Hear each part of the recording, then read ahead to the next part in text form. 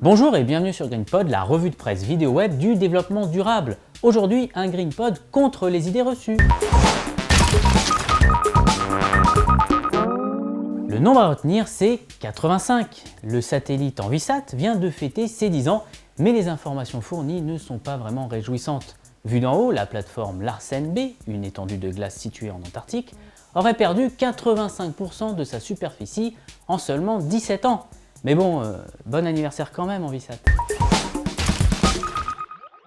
Les jeunes de 20 à 30 ans, cette fameuse génération Y, forment une génération à fort potentiel mais qui est perçue par ses aînés comme étant ambitieuse et individualiste. À travers son projet All I Own, tout ce que j'ai en français, la photographe suédoise Sanna Qvist a voulu montrer que les jeunes d'aujourd'hui ne sont pas aussi consuméristes qu'on veut bien le prétendre.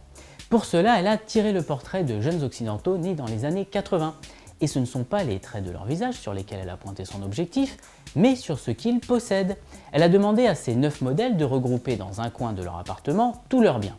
Ils ont empilé tout ce qu'ils possédaient, livres, ordinateurs, lits, vêtements, en d'étranges sculptures compactes. D'après la photographe, ces œuvres qu'elle a immortalisées en pixels révèlent une réalité.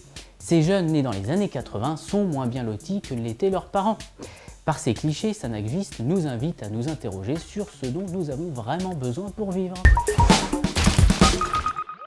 Créé à Montreuil, près de Paris, le projet insolite Ecodrome permet à une communauté rome de 6 familles de vivre en autosubsistance.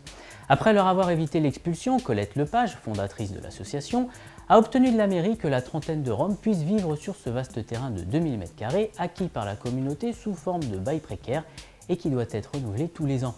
Ils peuvent ainsi travailler les 600 m² de terrain cultivable en accord avec les méthodes de cultures écologiques pratiquées dans la province d'Arad, leur région d'origine en Roumanie.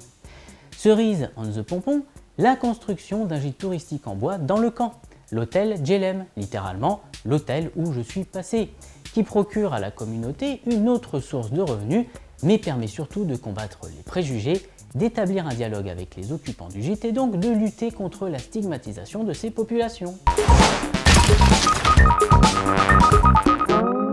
La palme est décernée à la série Les Énergivores qui vise à sensibiliser le public à la maîtrise de l'énergie.